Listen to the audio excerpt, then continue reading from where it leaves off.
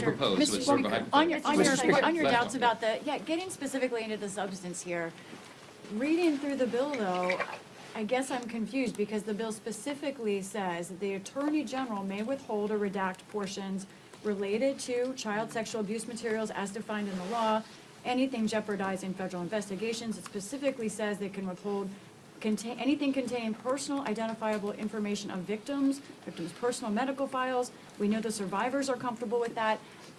All of these things are actually in this bill. That's why I'm Let me give you an confused. example. And we could be up here for a long time. I'll litigate it with you. Let's do it. Like, what specifically is Okay, missing? so the first one you mentioned. Yeah. Okay, so here's HRS 581. This is the discharge, okay? It says on page 5, redact anything that depicts or, quote, depicts or contains child sexual abuse material, CSAM, as defined under 18 U.S.C. 2256, okay? All right, so you go to 18 U.S.C. 2256, definitions of the chapter. Nowhere in this section, okay, go look it up, all right, does it contain the definition of child sexual abuse material. So I used to litigate federal cases, and I would challenge statutes in court, okay? The language is very important and very precise.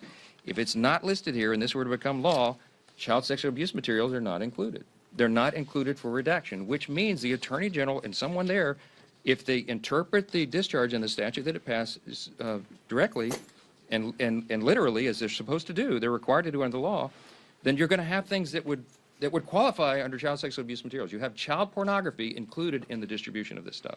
We can't go for that. But it's up to the Attorney General. No, Like, it's not what up do to you- the, no, it's not up to the Attorney General because the way it's listed Under the in the bill. document. No, it's not. It's not because it doesn't reference the right code section. So we could go through every one of these things. We have had a small army of lawyers going through it because I want to make sure that all of my concerns, because I read it the first time initially and I thought, whoa, this is way out of bounds. We have a in fact, we'll put on the speaker.gov. I'll put it on the website here when we leave. You'll see the summary of the legal analysis, and it goes through point by point, and it points to the specific sections in the discharge. Guys, we're not making this up, and you can take it to your counsel at your outlet's offices and have them review it, and they'll tell you the same thing. This should have been done in a much more careful manner, and it was not.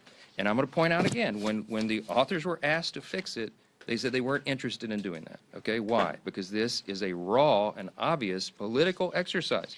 Again, I'm just going to leave you with this question. You should go ask them all. If you were so concerned about the Epstein files and protecting the victims, why didn't you do a darn thing about it for the 4 years of the Biden administration? All this stuff was sitting in a warehouse, and nobody said a word about it. They didn't care. Now they're doing it. We all know why. Because they're trying to attack President Trump. That's it. ACA question. Thank you.